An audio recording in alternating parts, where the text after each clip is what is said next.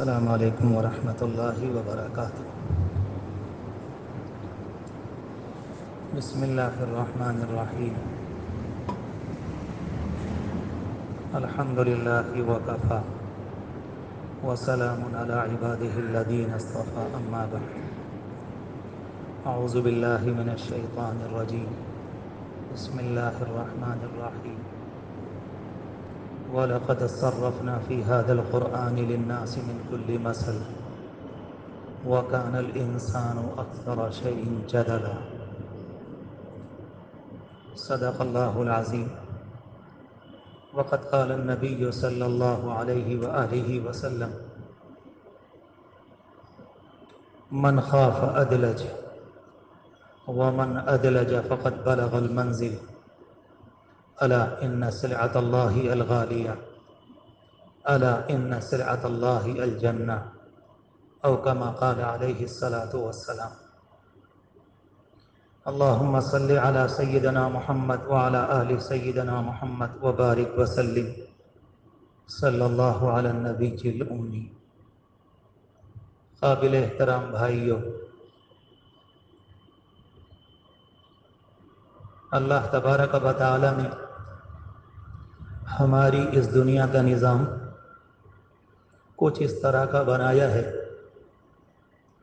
کہ اللہ کے بندے اور اللہ کی بندیاں جو سمجھدار ہوتے ہیں، زندگی کو سمجھتے ہیں اور زندگی کے بعد کی منزل کو اپنے ذہن میں رکھتے ہیں،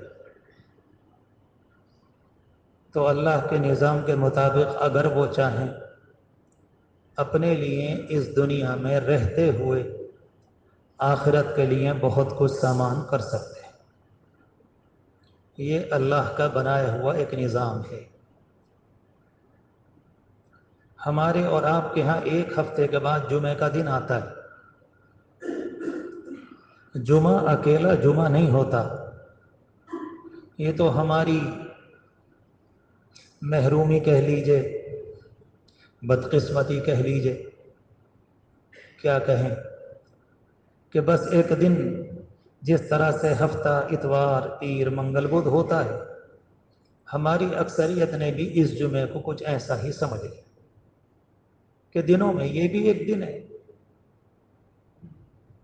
حالانکہ قرآن مجید میں اگر غور کریں اور حضور پاک علیہ الصلاۃ والسلام کی مبارک حدیثوں کو سامنے رکھیں تو اندازہ ہوتا ہے کہ جمعہ کا دن اسلام میں بہت اہمیت کا دن ہے۔ اس کے ذریعے انسانوں میں تبدیلیاں آتی ہیں، آئی ہیں اور آ سکتی ہیں۔ بہت کچھ تنہا اس دن کے ذریعے ہو سکتا ہے، جیسے عید کا دن، قربانی کے ایام، رمضان المبارک کا مہینہ۔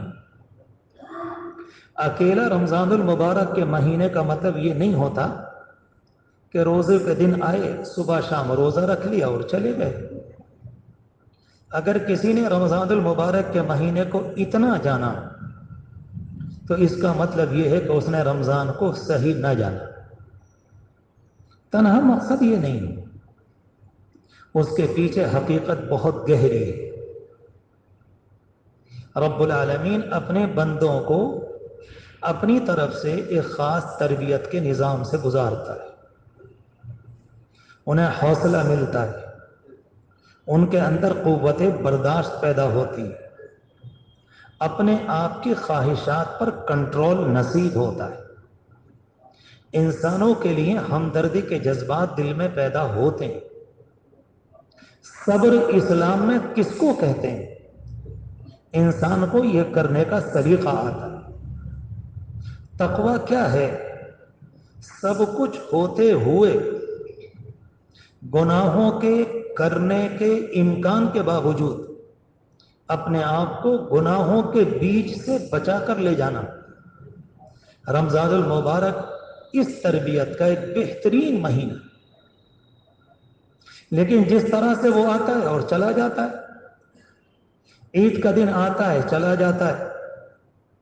قربانی کے ایام اپنے اندر کتنا شاندار پیغام رکھتے ہیں کہ ابراہیم علیہ الصلاۃ والسلام کی پوری داستان ہر مسلمان کے ذہن میں تازہ ہو جائے کہ دنیا میں ذمہ داریاں کیا ہیں اور اللہ نے ہمیں دنیا میں کیوں بھیجا ہے، اور ابراہیم علیہ السلام کی اس داستان کو قرآن مجید نے ہمیشہ کا رنگ کیوں دیا اور کیوں اس کہانی کو بار بار دہرایا جاتا ہے۔ یہ پوری لمبی چوڑی ایک داستان ہے کہ اللہ تبارک و تعالیٰ کی حکمت چاہتی ہے کہ بندوں کے دل میں، ان کے دماغ میں یہ بات تازہ رہے۔ ابراہیمی ادائیں کیا ہیں؟ امت مسلمہ ابراہیمی اداؤں کے بغیر دنیا میں نہیں رہ سکتی۔ میں نے جلدی جلدی 2-3 باتیں پیش کی۔ رمضان المبارک، عید کا دن، جمعے کا دن، قربانی کا ایام۔ کوئی اللہ کا بندہ ان دنوں کے ذریعے اپنے آپ کو بنانا چاہے تو بنا سکتا ہے۔ جمعے کے دن کی خاص تیاری، جمعے کے دن اللہ کو یاد کرنا، درود شریف کی کثرت کے ذریعے حضور پاک علیہ السلام کا قرب اور آپ کی نزدیکی کو تلاش کرنے کی کوشش، اپنے دن کو شاندار طریقے پر گزارنا، ہفتے بھر کی کمیوں کو دور کر کے ایک ہفتے کے لیے زندگی کے پلان کو نئے طریقے پر مرتب کرنا کہ میں نے اس ہفتے میں کیا گڑبڑیاں کی، ان سے مجھے اپنے آپ کو بچانا ہے اور آنے والا ہفتہ میرا دین کی روشنی میں شاندار گزرے۔ مجھے اپنے آپ کے نظام کو متعین کرنا ہے۔ کوئی اللہ کا بندہ یا کوئی بندی چاہے تو اس کام کو کر سکتے، اور یقین جانیں کہ اس زمانے میں جب بدعملی، عمل کا نہ کرنا امت کے سر پر سوار ہے، اللہ کا شکر ہے کہ امت میں آج بھی ایسے ہزاروں موجود ہیں جو جمعے کو جمعے کے طریقے پر گزار۔ ایک شاندار تازگی کا جمعہ جس میں انسان کو پتہ چلے کہ جمعہ کیا ہے، رب العالمین ہر ہفتے کی عید یہ کیوں لے کر آتا ہے، انسان خود سے سوال کرے اور اللہ کی شریعت اس کے سوالوں کا جواب دے گی۔ اور یہ سادی باتیں حدیث شریف میں، قرآن کی آیتوں میں، اشارے میں موجود ہے۔ سب سے پہلا جو جمعہ ہوا تھا، سب سے پہلا جمعہ، ایک اللہ کے بندے نے مدینہ منورہ میں، مدینے میں رہ کر، ابھی اللہ کے رسول علیہ السلام نے ہجرت نہیں کی تھی، ایک دن بیٹھے بیٹھے یہ باتیں کی کہ دیکھیں مسلمان کتنے ہو گئے۔ بولے ایسا کرو، سب کو جنگل میں لے کے چلو اور وہاں جا کر جمع کرو اور گنو کتنے ہوئے۔ وہاں پہنچے، ظاہر بات ہے کہ مدینے میں مسلمان ابھی بہت کم تھے، باہر لائے، ان کو گنا گیا، بڑی خوشی ہوئی کہ اللہ کا شکر دین پھیل رہا ہے۔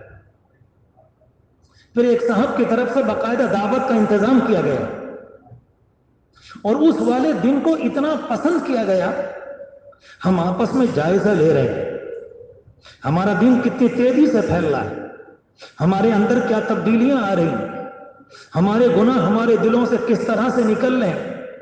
ابھی جمعے کی نماز نہیں تھی، وہ تو اللہ کے رسول علیہ السلام پر قرآن مجید کی آیتیں بعد میں آئیں، صرف جمعے کے دن جمع ہونا کہ بھئی یہ دن ہونا چاہیے۔ کیا شاندار دن تھا۔ اللہ تبارک و تعالیٰ کو ان بندوں کے جنگل میں جمع ہونے کی یہ ادا اتنی پسند آئی کہ قرآن مجید میں اللہ کی طرف سے جمعے کی نماز کا حکم آ گیا اور اللہ کے رسول علیہ السلام کا خط پہنچا ہے، اور یہ خط پہنچا آپ کا کہ تم لوگ جو جمع ہوتے ہو اب نماز جمعہ کو اس طرح سے ادا کرو۔ کیا شاندار دن تھا، کس طریقے سے قوم اسے کیا کرتی تھی، اس کی بہت تفصیلات موجود ہیں، مگر مجھے اس وقت یہ بات نہیں کہنی تھی۔ ہمارے اور آپ کے سامنے اس وقت ربیع الاول کا مہینہ آیا ہوا ہے، ہر سال آتا ہے۔ ایک بہت بڑی قسم و پرسی کہہ لیں، دین سے دوری کہہ لیں کہ ایک تو عربی مہینوں کے نام ہمیں یاد نہیں، جنوری، فروری یہ ہمارے بچوں کو حفظ ہیں، عربی مہینے ہمیں یاد نہیں۔ آپ کیا کہیں گے؟ دین سے دوری، پتہ نہیں چلتا ہے، سلو پائزن کی طرح ارتداد، دین سے بے رغبتی، بیزاری ہمارے اندر کام کر رہی۔ ہم کہتے ہیں کیا ہو گیا اس میں، اس سے بھی چلے گئے. اسلامی نام کیا ہو گئے، اس سے بھی چلے گئے. کپڑوں میں کیا ہوتا ہے، اس سے بھی چلے گئے. چہرے کے بنانے سے کیا ہوتا ہے، اس سے بھی چلے گئے. بال ہمارے اگر بڑے ہو گئے اور ہم نے کٹوا لیا ادھر ادھر سے، تو اس سے کیا ہو گیا. ان سے پوچھو تم کو بچا کیا ہے، تم کس خانے کے مسلمان بچے. ایک خانہ بچا ہے کہ تمہارے باپ مسلمان، تمہاری ماں مسلمان. اس کے علاوہ تم کنگال ہو، تم قلاش ہو، تمہیں کچھ پتا نہیں. تم تو سیلاب کے دھارے میں بہہ گئے. چلایا کرو، دہاڑا کرو، ہم مسلمان ہیں. کسی کے باپ کی یہ طاقت نہیں کہ میری اور آپ کی زبان کو کھینچ لے.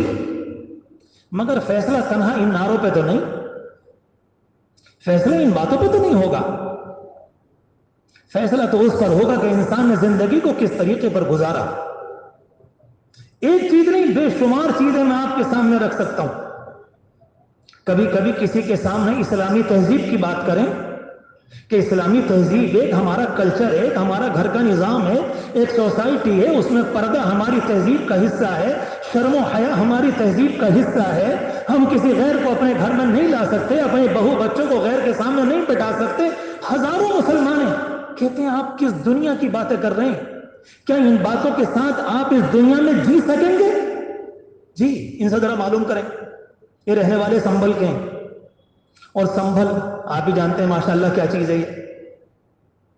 آپ ذرا پوچھیں تو صحیح. اس تہذیب کے ساتھ 1000% اس تہذیب کے ساتھ رہنے والے نیو یارک میں، امریکہ کی جڑوں میں رہتے ہیں، اور وہاں کی تہذیب ان کے اوپر ایک نقطے کے برابر اثر نہ کر سکے. کہتے نہیں ہم مسلمان تو ہیں. وہ کون سا اسلام ہے، ایک کبوتر کو لے لیجیے، اس کے پروں کو نوچ دیجیے، اس کی گردن کی کھال کو نوچ دیجیے، اس کی دم کو نوچ دیجیے، اس کے بازوؤں کے پروں کو نوچ دیجیے، بالکل ایک گنجے قسم کا کبوتر، اور اس کے بعد آپ کہتے ہیں کہ یہ کبوتر ہے. ارے اللہ کے بندے، قوت پرواز نہیں ہے اس میں، یہ اڑ نہیں سکے گا، یہ اپنی جان کو بچا نہیں سکے گا. یہ تمہارا خیال غلط ہے. تم نے اس کو موت کی کگار پہ پہنچا دیا. یہ آج یا کل یا پرسوں یہ خود بخود مر جائے گا. یہ اپنے بازوؤں کے بغیر زندہ نہیں رہ سکتا. تقریباً یہی کہانی، کوئی جذباتی بات نہیں.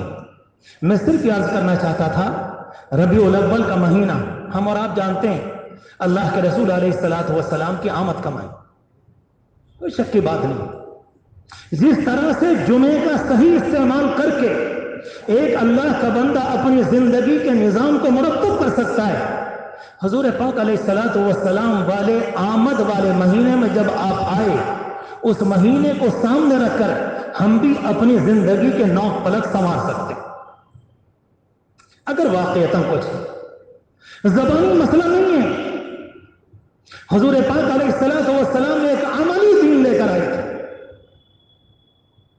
میں اللہ کے گھر میں کہہ رہا ہوں، پوری زندگی میں آپ کی ایک جملہ نہیں ملے گا جہاں پر کہیں یہ معلوم ہو جائے آپ نے اپنی بات بنانے کے لیے بات کہہ دی. اللہ کے رسول علیہ الصلوۃ والسلام کے بیٹے کا انتقال ہوا، اور جس دن انتقال ہوا اتفاق سے سورج کو گہن ہو گیا.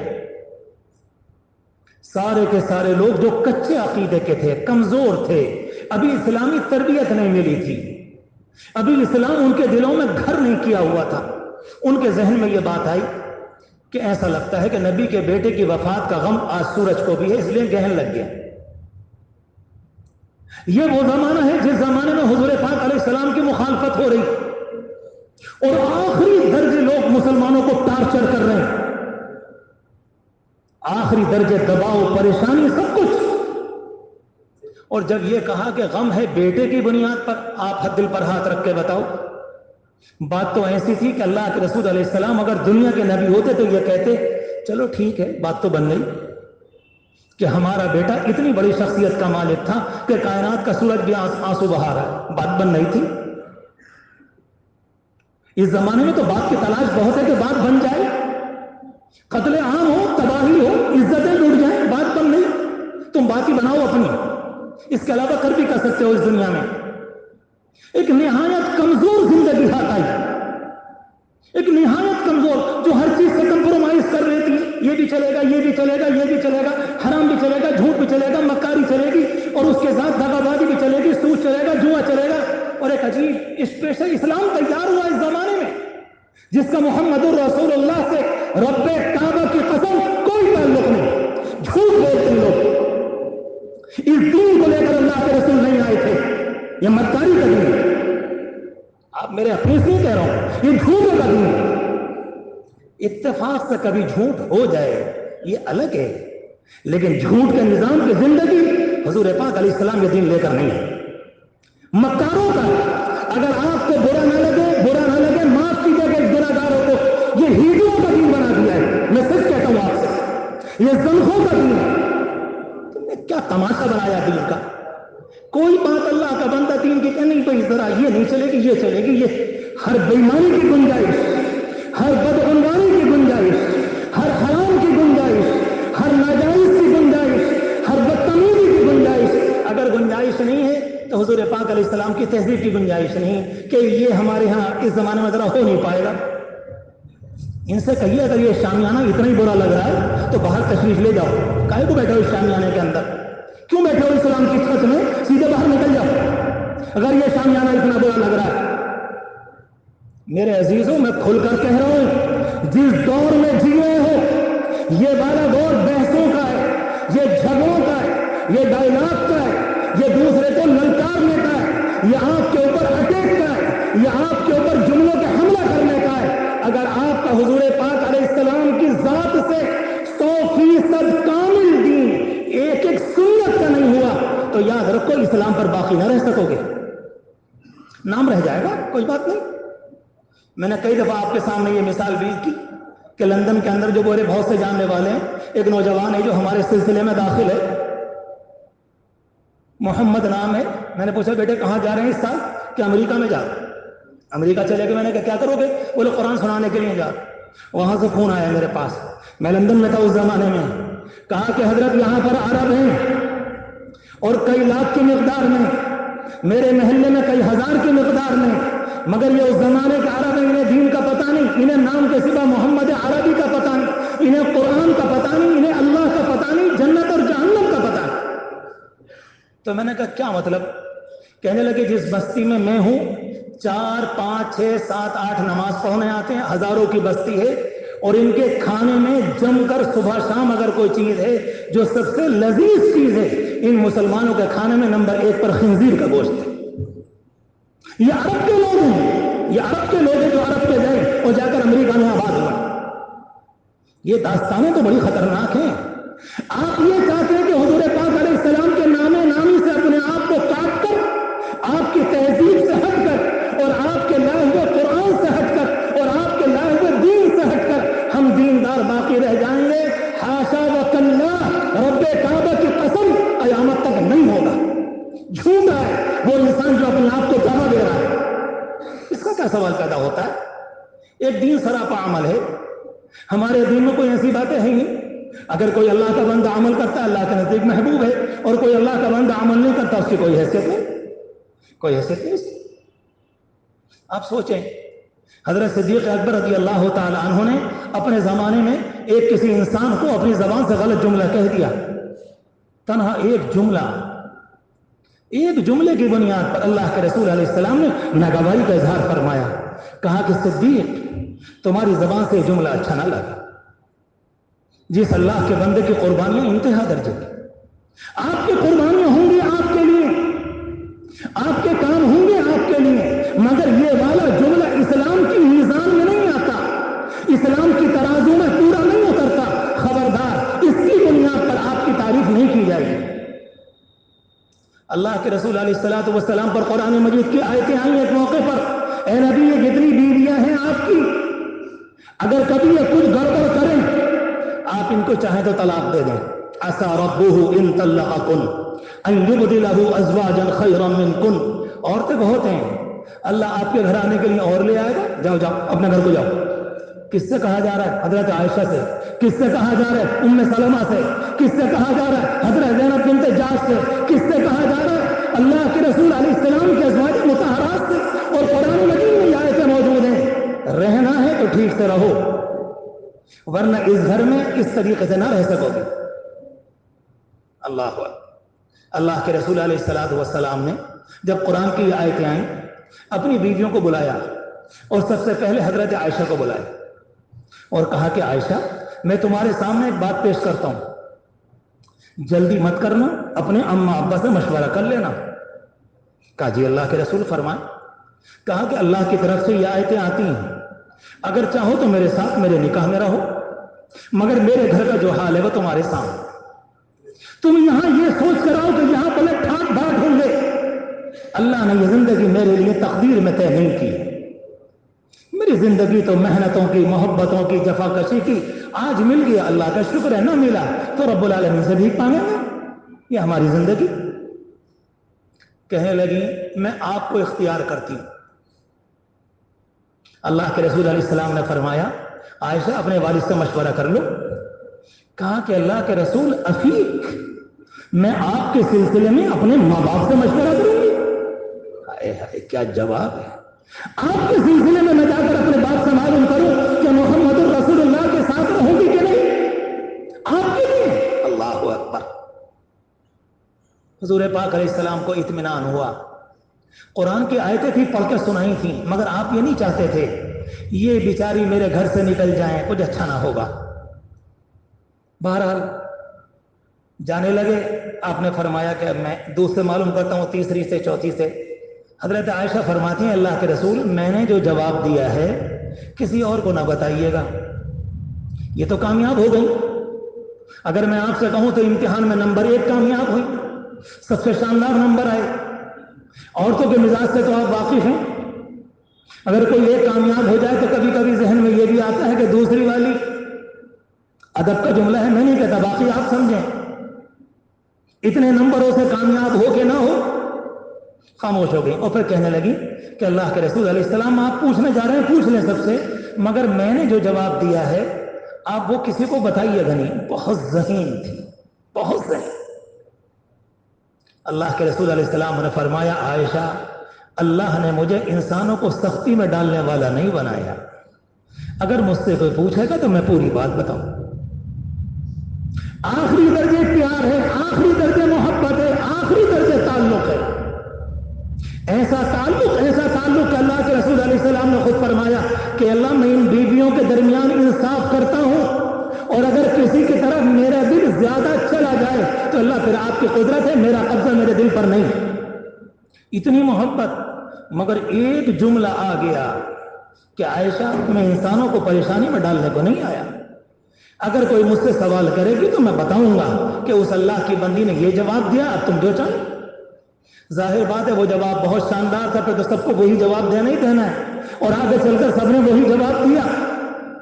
میرے عرض کرنے کا مقصد یہ ہے کہ اللہ تبارک و تعالیٰ نے حضور پاک علیہ الصلوۃ والسلام کے ذریعے مجھے اور آپ کو ایک نبی دی۔ میرے اور آپ کے یہاں جو نبی کا تصور ہے وہ دنیا میں اب کہیں نہیں ہے۔ جو کالج کے پڑھنے والے ہیں، بیٹھکوں کے بیٹھنے والے ہیں، چوراہے کے اوپر بیٹھنے والے، میں ان سے کہہ رہا ہوں اس زمانے میں نبی کا تصور بدل گیا، اس زمانے کے اندر نبی کے تصور لوگوں نے گڑبڑ کیا۔ ہندوستان کے اندر جتنے پرانے لوگ آئے اور جب بھی کوئی انسان اچھا بنا تو کوئی تو کہتا ہے اللہ کی طاقت ان کے اندر آ گئی، کوئی کہتا ہے یہی اللہ کی جگہ ہو گئے، کوئی کہتا ہے کہ اللہ کی پارٹنرشپ ہے، یہ اس میں شریک ہو گئے۔ ایک اکیلی امت محمدیہ ہے جو یہ کہتی ہے اللہ کے رسول صرف انسان، اللہ کے بندے، اللہ کے نبی، سارے نبیوں کے سردار، نہ خدا ہے نہ خدائی کا حصہ ہے۔ یہ تصور صرف اسلام کا ہے۔ یہودیوں کا پڑھ کر دیکھ لیں، عیسائیوں کا پڑھ کر دیکھ لیں، بدھ مذہب کی کہانی پڑھ کر دیکھ لیں، اور رہا ہندوستان، اس کی تو بات ہی چھوڑیں۔ یہاں تو جہاں کچھ تھوڑا سا کچھ ہو گیا اور اپنے علاقے میں ذرا اس کی بزرگی مشہور ہوئی، یہاں تو اٹھا کر فوراً بھگوان بنا دیا جاتا ہے۔ نہیں، ہرگز نہیں۔ اللہ کے رسول علیہ الصلوۃ والسلام کا جب وصال ہوا ہے، حضرت انتقال ہوا، حضرت صدیق اکبر رضی اللہ تعالیٰ عنہ کی ایک بیوی مدینے میں تھی، ایک بیوی مدینہ منورہ سے باہر ذرا قریب تھی۔ فجر کی نماز میں اللہ کے رسول علیہ الصلوۃ والسلام نے دیکھا تھا امت کو، آپ کا حجرہ مبارک ایک طرف، امت نماز میں تھی، آپ نے ہٹایا اور امت کو دیکھا، چہرے انور چمک رہا تھا، صحابہ کہتے ہیں، اور ہمیں ڈر یہ تھا کہ کہیں فتنے میں نہ پڑ جائیں کہ اللہ کے رسول تشریف لے آئے، آج لمبی چوڑی بیماری ہے، تقریباً 17 دن کی لمبی بیماری تھی۔ آپ نے پردے کو گرا دیا، اشارہ کیا، صحابہ نماز پڑھتے رہے، آپ اندر چلے گئے۔ حضرت صدیق اکبر رضی اللہ تعالیٰ سمجھ گئے آج آپ کی طبیعت اچھی ہے، اجازت لے کر ذرا باہر چلے گئے کہ میری دوسری بیوی جو گاؤں میں رہتی ہیں ذرا ان کی خیر خبر پوچھ کے آؤں۔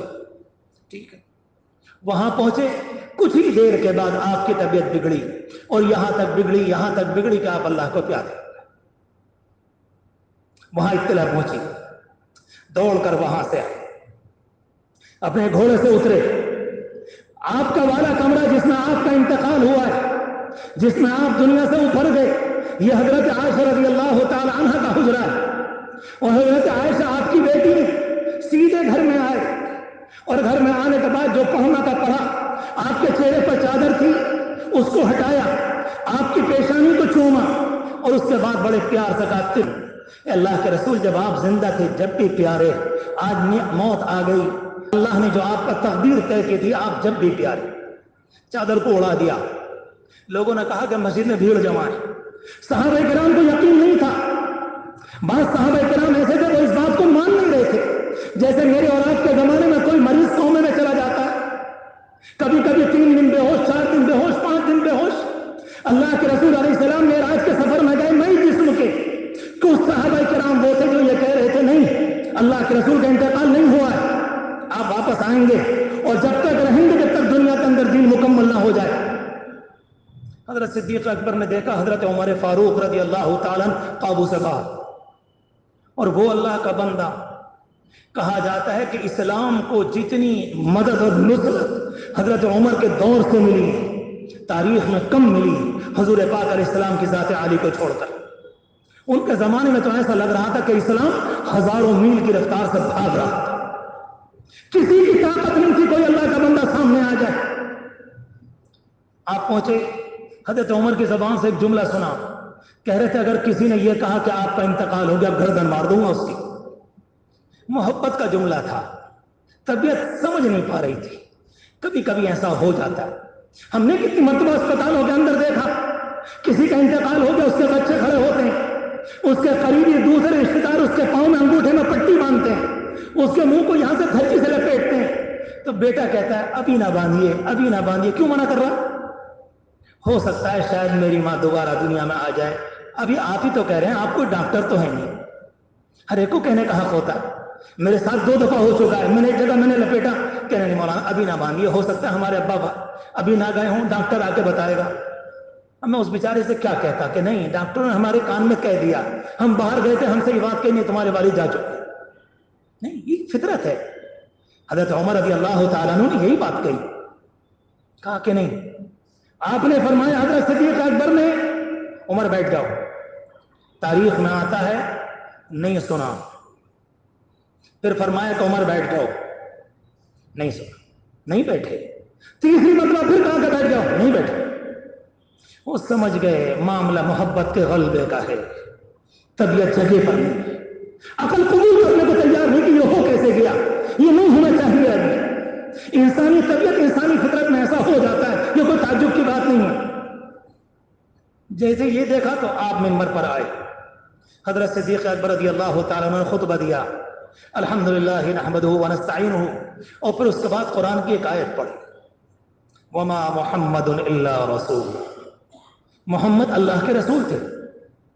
سن لو کان کھول کر، قد خلت من قبلہ الرسل، رسول پہلے بھی آئے ہیں اور جا چکے، افإن مات، اگر ان کا انتقال ہو جائے، او قتل، یا وہ شہید کر دیے جائیں، انقلبتم علی اعقابکم، تم دین چھوڑ دو گے؟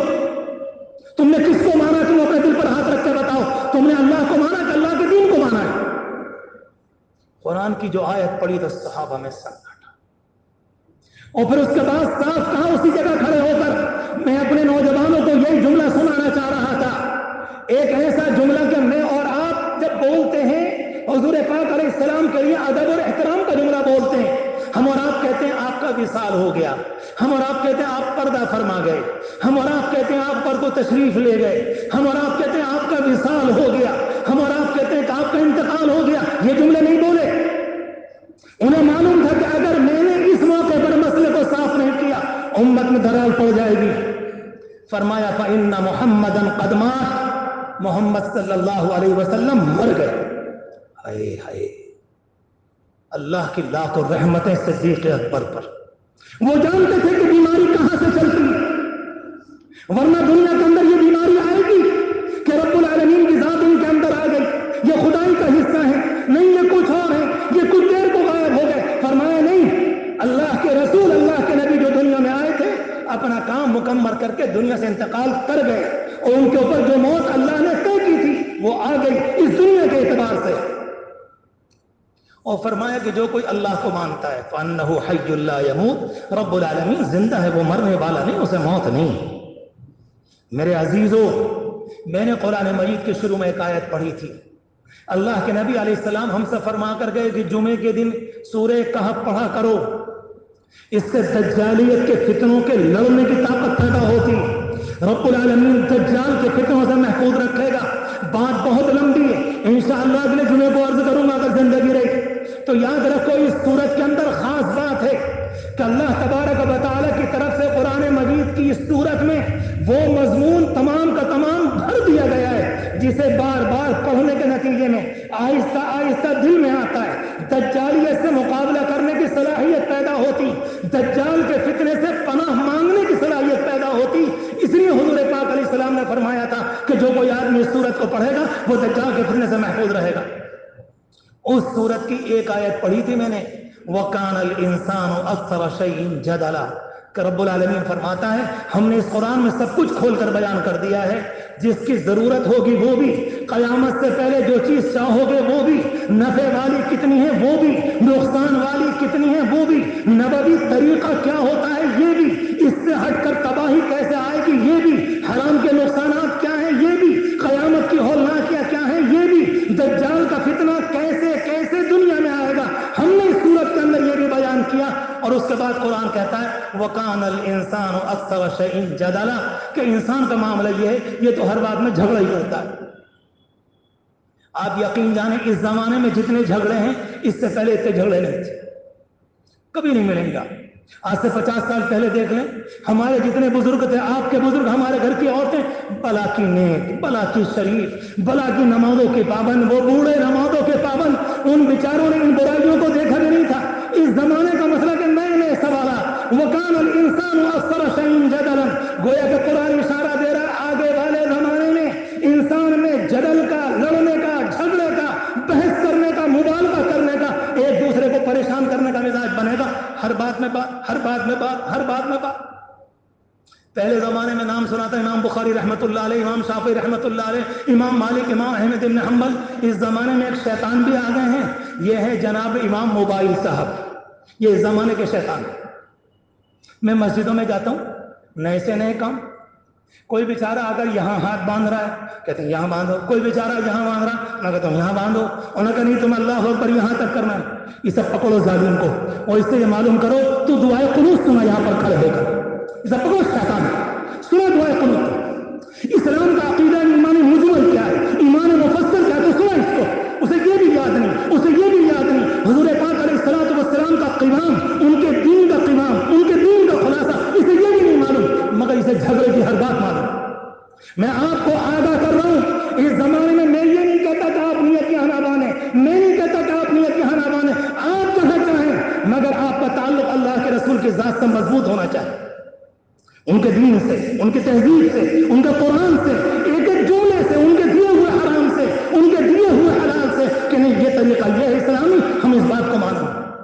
اگر یہ والی باتیں ٹھیک ہے تو ٹھیک ہے، کچھ نہیں، نہ لینا نہ دینا، کسی کو پریشان کرنا، زبردستی کسی کے پاس آ گئے اور نئی سے نئی باتیں کرنی شروع کر دی، یہ کوئی طریقہ اسلامی نہیں. اس زمانے میں جھگڑے بڑھے ہوئے ہیں، عجیب و غریب قسم کے سوالات آ رہے ہیں، روزانہ نئے سے نئے سوالات اسلام پر، اسلام کی تہذیب پر، اسلام کے قرآن پر، حضور پاک علیہ السلام کی ذات کے اوپر. نہیں، اگر عملی زندگی، اس لیے میں نے شروع میں کہا تھا اللہ کے رسول علیہ السلام کی ذات عالی کی آمد کا یہ مہینہ اگر ہم چاہیں اسے بہت شاندار طریقے پر کیش کر سکتے ہیں، ہم شاندار طریقے پر لے سکتے ہیں. اور شاندار طریقہ کیا ہے؟ اللہ کے بندے عہد کر لیں، آپ جو دین لے کر آئے تھے دنیا کی کوئی طاقت مجھ سے چھوڑا نہیں سکتی.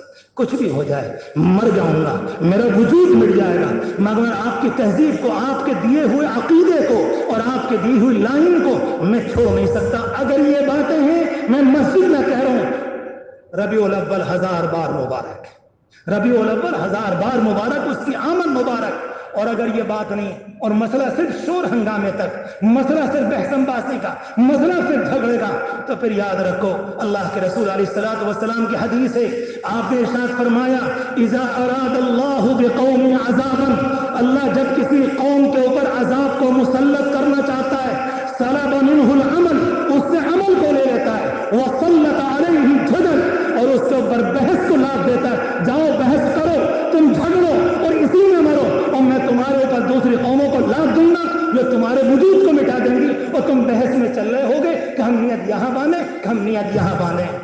الامان الحفیظ، خدا کی پناہ، بس دعا کر سکتے ہیں اللہ تبارک و تعالی ہم سب کی، آپ کی، امت مسلمہ کی، سب کے ساتھ حفاظت کا معاملہ فرمائے، اس طرح کے گناہوں سے ہمیں محفوظ رکھے، اللہ سچا اتباع نصیب فرمائے، حضور پاک علیہ السلام کی تابعداری نصیب فرمائے، جو اسلام کا دیا ہوا اصلی عقیدہ ہے رب العالمین ہمارے دلوں کی گہرائیوں میں اتار دے، اللہ ہمیں نفاق سے بچا لے، شرک سے بچا لے، کفر سے بچا لے، ہر طرح کے گناہ سے ہم سب کی حفاظت فرمائے۔ وآخر دعوانا ان الحمد للہ رب العالمین۔